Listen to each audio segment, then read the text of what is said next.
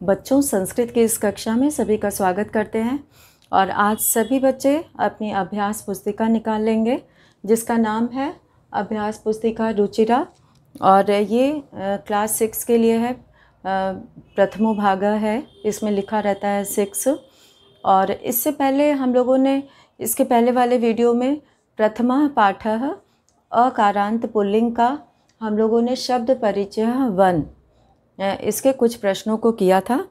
और आज हम लोग द्वितीय पाठः शब्द परिचय 2 के प्रश्नों को पढ़ेंगे, समझेंगे और उसका उत्तर समझा जाएगा कि उसका उत्तर क्या हो सकता है। तो इसमें सबसे पहले हम लोग देखेंगे पाठ 2 है, ये पेज नंबर है 11 और रुचिरा अभ्यास पुस्तिका 6 है ये। तो क्लास 6 के लिए है, तो यहाँ पर लिख देते हैं रुचिरा 6। ये क्लास 6 का, ये चैप्टर 6 नहीं है, पाठ है द्वितीय पाठ है शब्द परिचय 11। तो अभ्यास पुस्तिका रुचिरा क्लास 6 यहाँ पे लिखा हुआ है, इसलिए इसे नहीं लिखेंगे यहाँ पर क्योंकि क्लास पहले से ही मेंशन है यहाँ पे।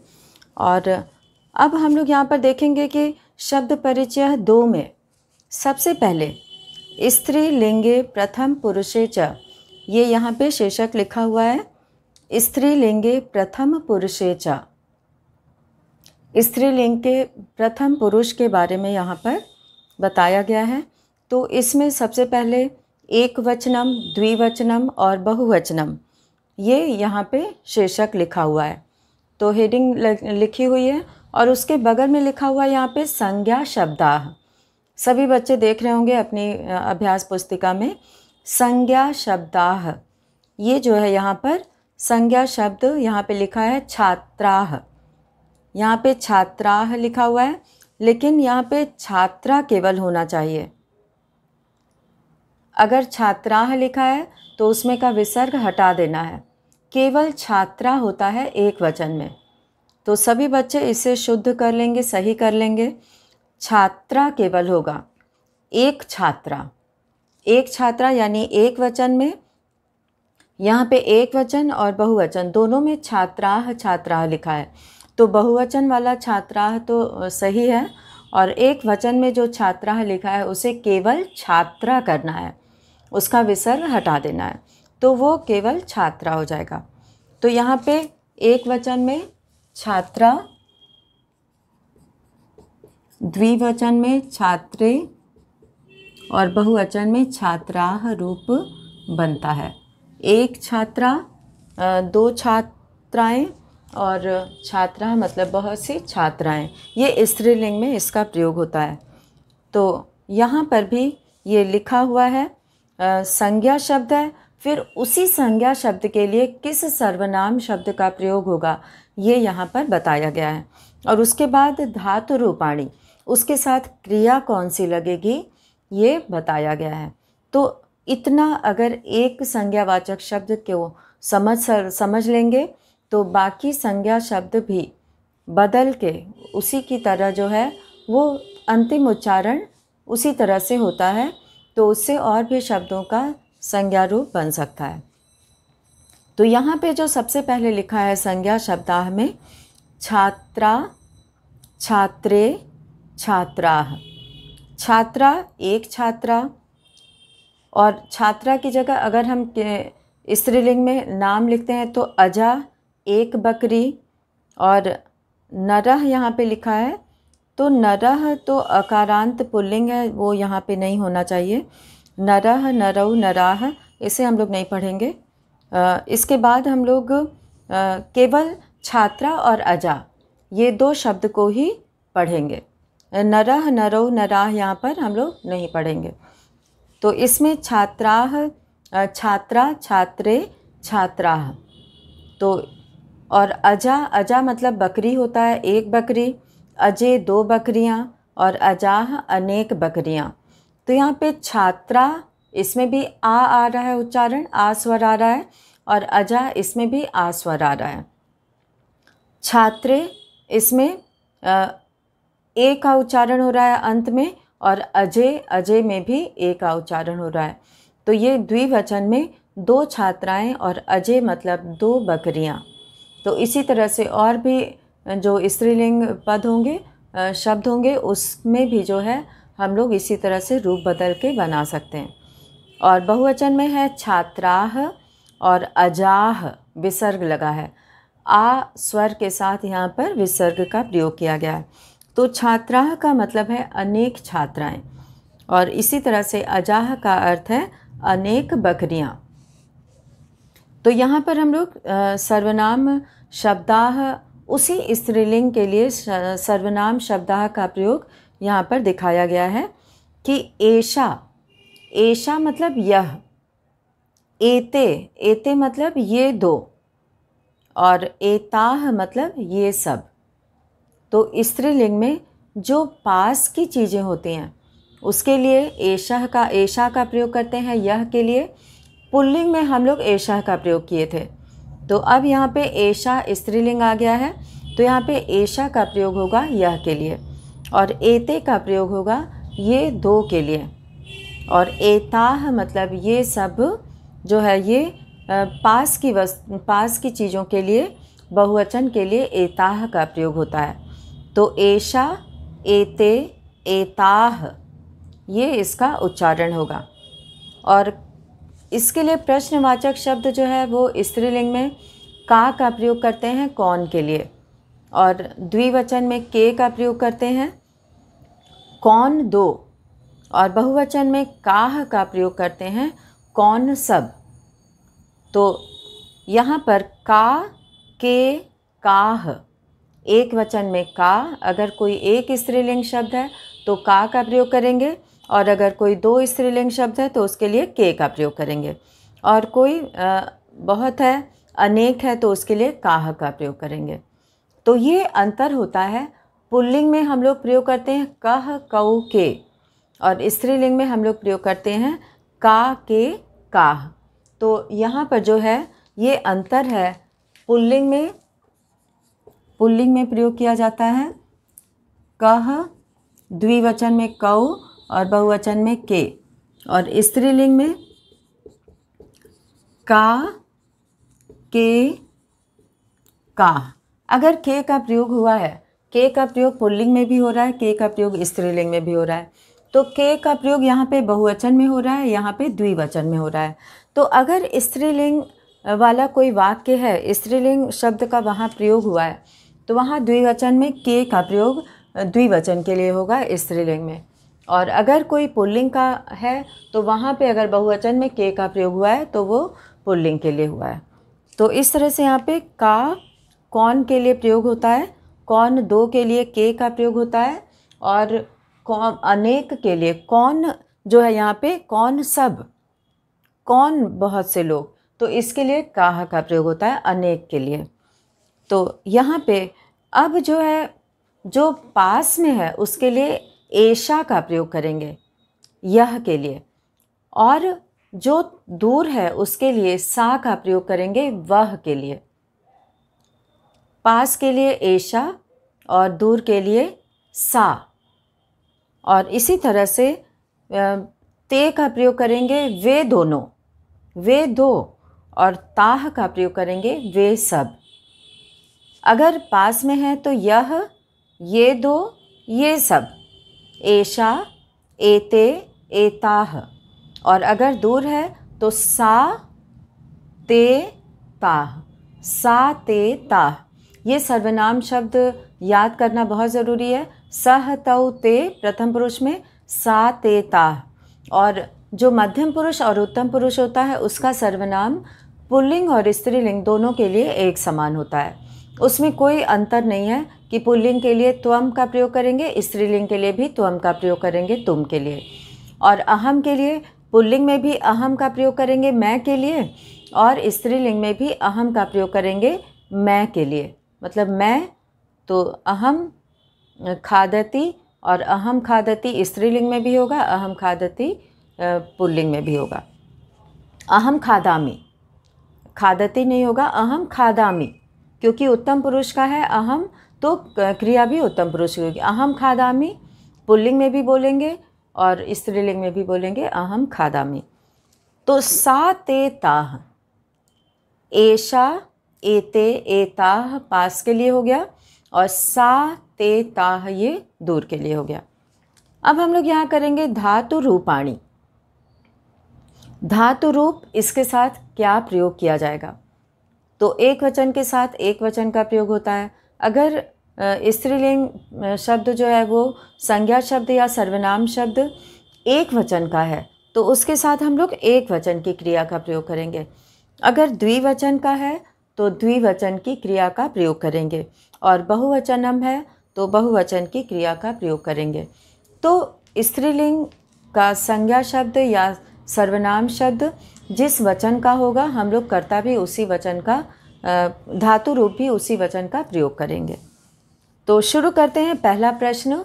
और इसमें जो है ऊपर एक वचन, द्विवचन, बहुवचन की जो तालिका बनी हुई है उससे सहायता लेकर और इसमें देखकर वो सारी चीज़ें समझ में आ गई हैं कि किसके लिए किसका प्रयोग करना है। तो सबसे पहले हम लोग प्रश्न समझेंगे कि प्रश्न में क्या कहा गया है। तो प्रश्न में कहा गया है कि उपर्युक्ताम तालिकाम दृष्ट्वा, उपर्युक्ताम ऊपर बनी हुई, तालिकाम तालिका को, जो चार्ट बना हुआ है संज्ञा शब्द, सर्वनाम शब्द, धातु रूप, एक वचनम, द्विवचनम, बहुवचनम और ऊपर लिखा है स्त्रीलिंगे प्रथम पुरुषे च। तो यहाँ पे उपर्युक्ताम प्रश्न में जो लिखा है सभी बच्चे प्रश्न को देखेंगे। उपर्युक्ताम तालिकाम दृष्ट्वा, ऊपर दिए गए तालिका को दृष्ट्वा मतलब देखकर, दृश्य धातु का अर्थ होता है देखना। इसमें कत्वा प्रत्यय लगकर दृष्ट्वा पद बना है। दृष्ट्वा मतलब देखकर, समुचित विकल्पेन, उचित विकल्प से। यहाँ पे 3 विकल्प दिया गया है। उचित विकल्प से वाक्यानि पूर्यत, वाक्यों को पूर्यत मतलब पूरा करें। तो इसमें हिंदी में भी अर्थ दिया हुआ है प्रश्न का कि उपर्युक्त तालिका को देखकर उचित विकल्प से वाक्य पूरे करो। तो इसमें सबसे पहले जो दिया है एषा बालिका, एषा बालिका यह लड़की। एषा का प्रयोग पास के लिए होता है, एषा एते एताह, तो ये जो है वो पास के लिए, एषा बालिका, एषा बालिका। अब यहाँ पे खाली जगह है और उसमें हमें सही शब्द भरना है। तो इसमें पहला दिया हुआ है गच्छति और यहाँ गच्छतः, और दूसरा दिया है गच्छतः और तीसरा दिया है गच्छन्ति। तो यहाँ पे एषा पद का प्रयोग जैसा कि ऊपर तालिका में हम लोग देख रहे हैं सर्वनाम शब्द में एषा जो है वो एक वचन में लिखा हुआ है और बालिका जो है वो एक वचन का स्त्रीलिंग का रूप है। बालिका एक वचन में है तो बालिका जो है वो प्रथमा विभक्ति एक वचन का रूप है, शब्द रूप है और इसमें मूल शब्द है बालिका। तो एषा बालिका, यह बालिका, जब एक वचन है तो हमारा यहाँ पे धातु रूप भी एक वचन का होगा। तो यहाँ पठति लिखा है तो उसकी जगह पे गच्छति हो जाएगा। ती तह अंति, एक वचन में ती आता है अंत में, द्विवचन में तह और बहुवचन में अंति। पठति पठतः पठन्ति और गच्छति लिखा है तो गच्छति गच्छतः गच्छन्ति। जैसा कि यहाँ पे तीनों ही रूप लिखा हुआ है, बस केवल हमें यहाँ पे एक वचनम की तालिका को देखकर पहचानना है कि यहाँ पर क्या आएगा। तो बालिका और यहाँ पे छात्रा, विसर्ग सभी बच्चे हटा देंगे यहाँ से, छात्रा केवल रहेगा, केवल छात्रा रहेगा और द्विवचन में छात्रे रहेगा और बहुवचन में छात्रा रहेगा। तो इस तरह से ये एक वचन, द्विवचन और बहुवचन का रूप है। अगर हम यहाँ विसर्ग लगा देंगे तो इन दोनों में ये भी बहुवचन का रूप हो जाएगा, ये भी बहुवचन का, और ये सही है बहुवचन में है तो यहाँ पे हमें विसर्ग नहीं लिखना है। तो एषा बालिका में जो सही विकल्प होगा उसमें हम लोग भरेंगे एषा बालिका गच्छति। एषा बालिका गच्छति, यह लड़की जो है वो, गच्छति का अर्थ होता है, गम धातु का अर्थ होता है जाना। तो यहाँ पे सबसे पहले हम लोग लिखेंगे प्रश्न 1, यहाँ पे उत्तर 1 लिखेंगे और इसमें नंबर डला हुआ है क, तो यहाँ भी हम लोग नंबर डालेंगे क। तो यहाँ पे एषा बालिका लिखा हुआ है, केवल हमें सही विकल्प चुनना है और सभी बच्चे इसे अपनी अभ्यास पुस्तिका में पेंसिल से पूरा करेंगे। तो एषा बालिका गच्छति हो जाएगा, एक वचन की क्रिया का प्रयोग करेंगे, तो यहाँ पर हम लोग गच्छति लिखेंगे। तो ये जो है वो पहला पूरा हो गया। और ख है अजा घासम, अजा। अब अजा पद यहाँ पर लिखा हुआ है और बहुवचन यहाँ पे अजा, अजे, अजाह। तो अजा का मतलब है एक बकरी, अजय का मतलब है दो बकरियां और अजाह का मतलब है अनेक बकरियां। तो यहाँ हम क्वेश्चन देखेंगे, प्रश्न, कि ख में अजा का कौन सा रूप लिखा है। तो यहाँ पे केवल अजा लिखा है, तो अजा जो है वो एक वचन में आता है, तो इसीलिए अजा का अर्थ हुआ एक बकरी। घासम, घास क्या करती है यहाँ पे। अब हमें क्रिया भी एक वचन की लेना है, धातु रूप भी एक वचन का लेना है। तो यहाँ पहला जो विकल्प दिया है वो है खादंती, तो ये बहुवचन का रूप हो गया।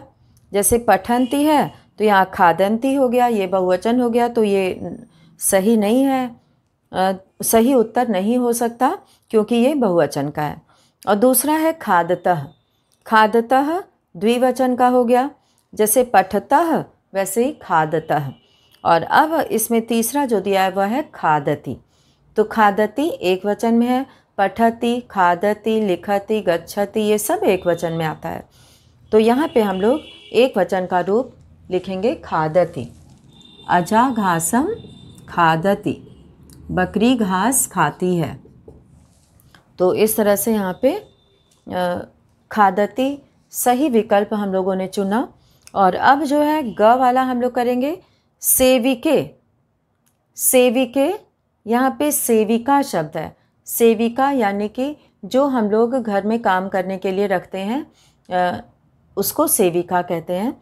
तो सेविके गृहम, यहाँ पे सेविके जैसे कि छात्रे, अजय ये द्विवचन में प्रयोग हुआ है, वैसे ही सेविके द्विवचन का है। गृहम यानी घर। अब ये सेविके द्विवचन का है, तो यहाँ पे गच्छन्ति पहला दिया हुआ है विकल्प, जाती हैं, और गच्छतः दो लोग जाते हैं इसके लिए प्रयोग होता है, और गच्छति एक जाता है कोई इसके लिए प्रयोग होता है। तो सेविके जो है वो द्विवचन का है, स्त्रीलिंग रूप है सेविके द्विवचन का। तो यहाँ पे द्विवचन होने से हम लोग गच्छतः को चुनेंगे। गच्छतः जो है वो सही विकल्प है। तो गच्छता मतलब दो लोगों को जाने के लिए गच्छता का प्रयोग करते हैं, और कोई एक होता तो गच्छति होता, और दो से ज़्यादा होते तो गच्छन्ति। अब है द्विचक्रिका, घ वाला हम लोग करेंगे अभी। द्विचक्रिका, द्विचक्रिका साइकिल को कहते हैं, और यहाँ पे द्विचक्रिका अंत में आकारांत है, ए या आह, द्विचक्रिकाह या द्विचक्रिके नहीं है। तो द्विचक्रिका पद जो है वो एक वचन में आएगा, जैसे छात्रा, अजा, वैसे ही द्विचक्रिका अंत में आ रहा है। अब ये एक वचन का है, तो इसलिए हम लोग धातु रूप भी एक वचन का यहाँ पे चुनेंगे, जिसमें कि पहला विकल्प यहाँ पे दिया है चलतः। तो चलतः जो है वो द्विवचन में आता है, चलति, चलतः, चलंती। तो चलतः जो है वो द्विवचन में है, और चलंती बहुवचन में होता है, और चलति एक वचन में होता है, तीतः अंति। तो चलति, तो द्विचक्रिका चलति, साइकिल, एक साइकिल, चलति मतलब चलती है। तो एक वचन होने से हम लोग यहाँ पे चलति का प्रयोग करेंगे। और अब हम लोग आगे बढ़ते हैं, अंगा वाला देखते हैं कि अंगा में किस वचन का है यहाँ पे संज्ञा शब्द, और जिस वचन का संज्ञा शब्द होगा उसी वचन का हम लोग धातु रूप चुनेंगे। तो यहाँ पे लिखा है मक्षिकाः, मक्षिका कहते हैं मक्खी को, मक्षिका, मक्षिके द्विवचन में होता है, और मक्षिका बहुवचन में होता है। तो यहाँ पे लिखा है मक्षिकाः, तो मक्षिका शब्द जो है वो बहुवचन में आता है, अनेक मक्खियाँ। तो यहाँ पे खाली जगह है, और इसमें मक्खी उड़ती है, उत उत्पतंती लिखा है, उत्पतंती ये बहुवचन में आता है। उत्पततः दो उड़ते हैं, इसके लिए उत्पततः का प्रयोग करते हैं। और उत्पतति उड़ती है, इसके लिए एक वचन का प्रयोग करते हैं।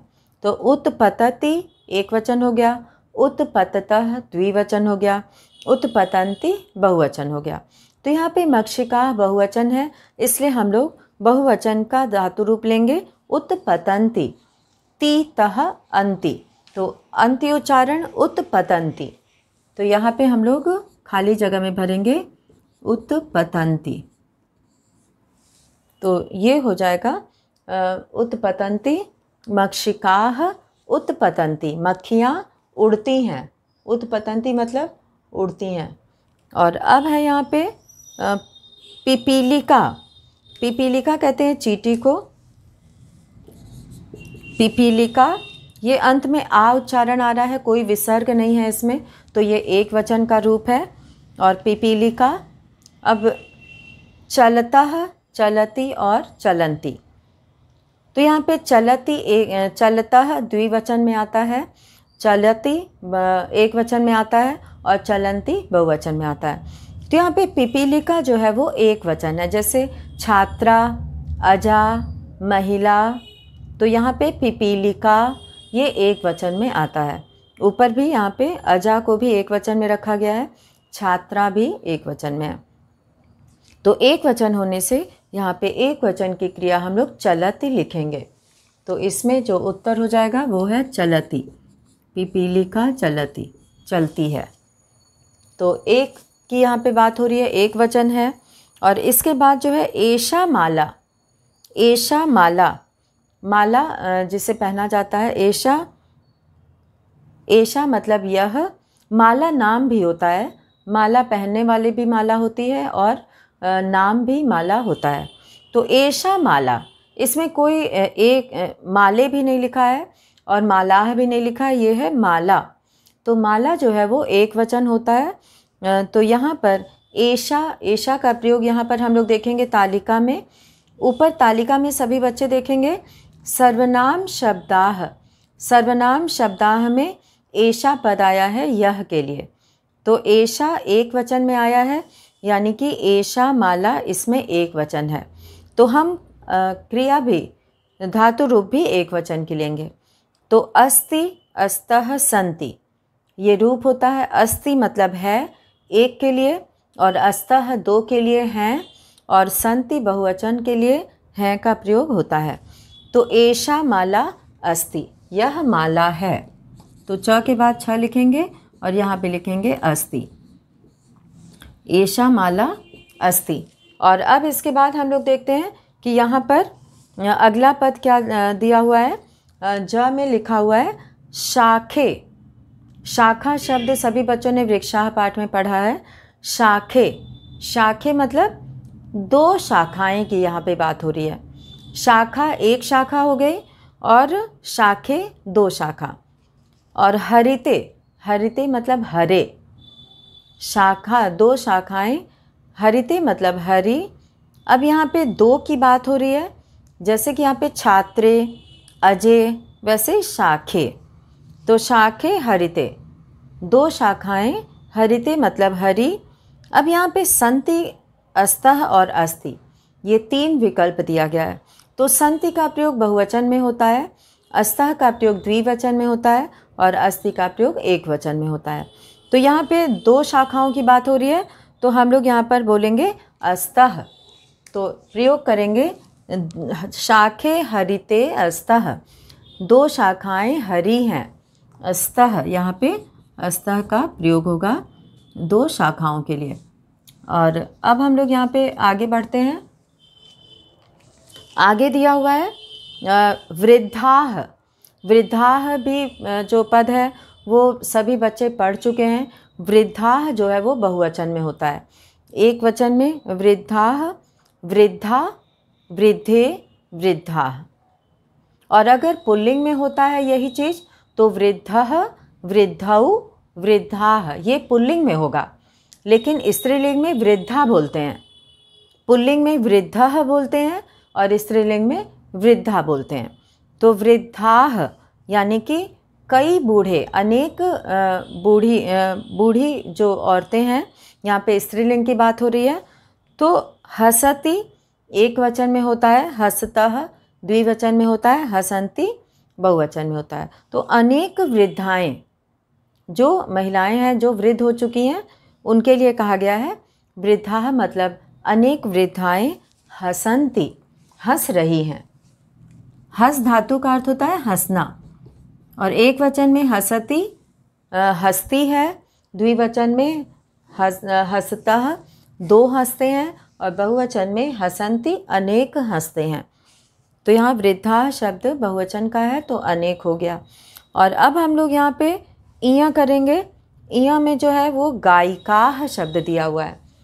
यहाँ पे गायिकाः दिया है।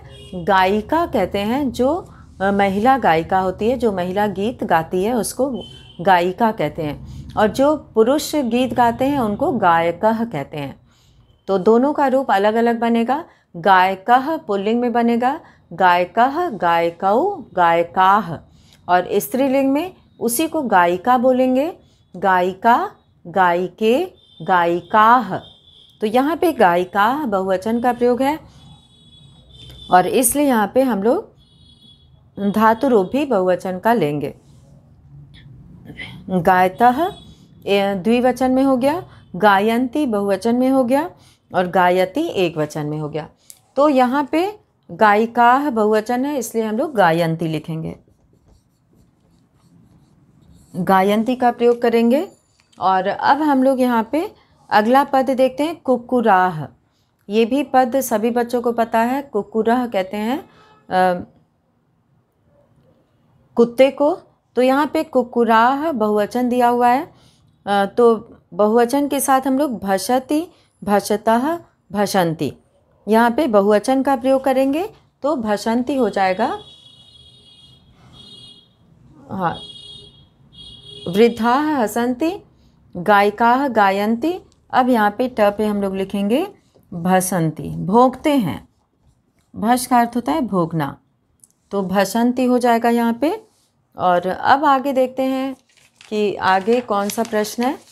आगे दूसरा प्रश्न है, और दूसरे प्रश्न में हम लोग यहाँ पर दूसरे प्रश्न में लिखा है कि मंजुषातः, मंजुषा से पदानि चित्वा, पद चुनकर लिखत मतलब लिखो।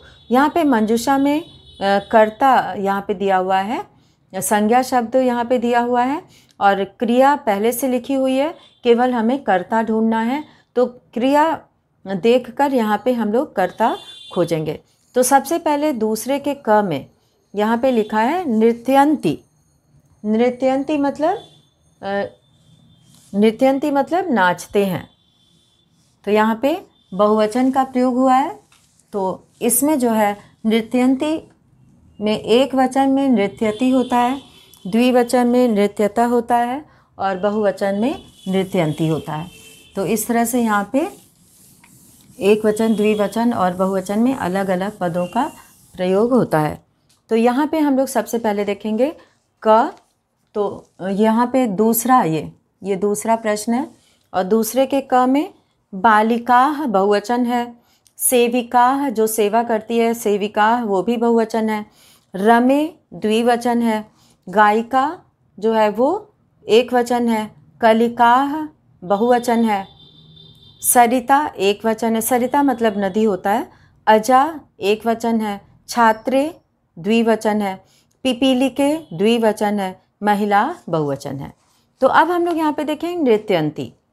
तो नृत्यन्ति नाचती हैं, तो लड़कियाँ भी नाचती हैं। तो यहाँ पे हम लोग लिखेंगे बालिका। बहुवचन का रूप हम लोग को चाहिए, तो हम लोग यहाँ पे लिखेंगे बालिका। और दूसरे में है खादति, खाती है। तो खाने का काम यहाँ पे अजा करेगी, अजा घास खाती है। खादति तो यहाँ पे अजा लिख देंगे, बकरी खाती है।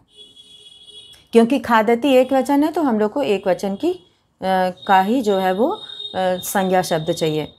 हसतः यहाँ पे द्विवचन है, हसतः, तो हम यहाँ पे द्विवचन की क्रिया लिखेंगे।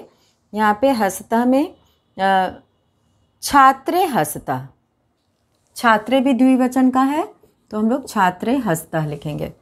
और क्षालयन्ति, क्षालयन्ति मतलब धोती हैं, तो सेविका कपड़े धोती हैं तो यहाँ पे सेविका, घ में हो जाएगा सेविका।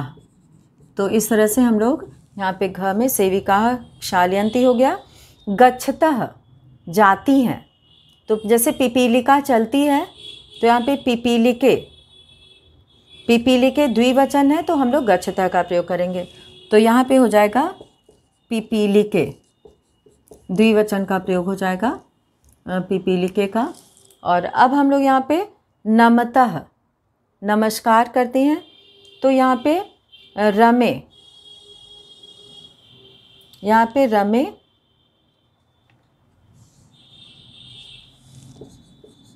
रमे का प्रयोग हो जाएगा नमतः।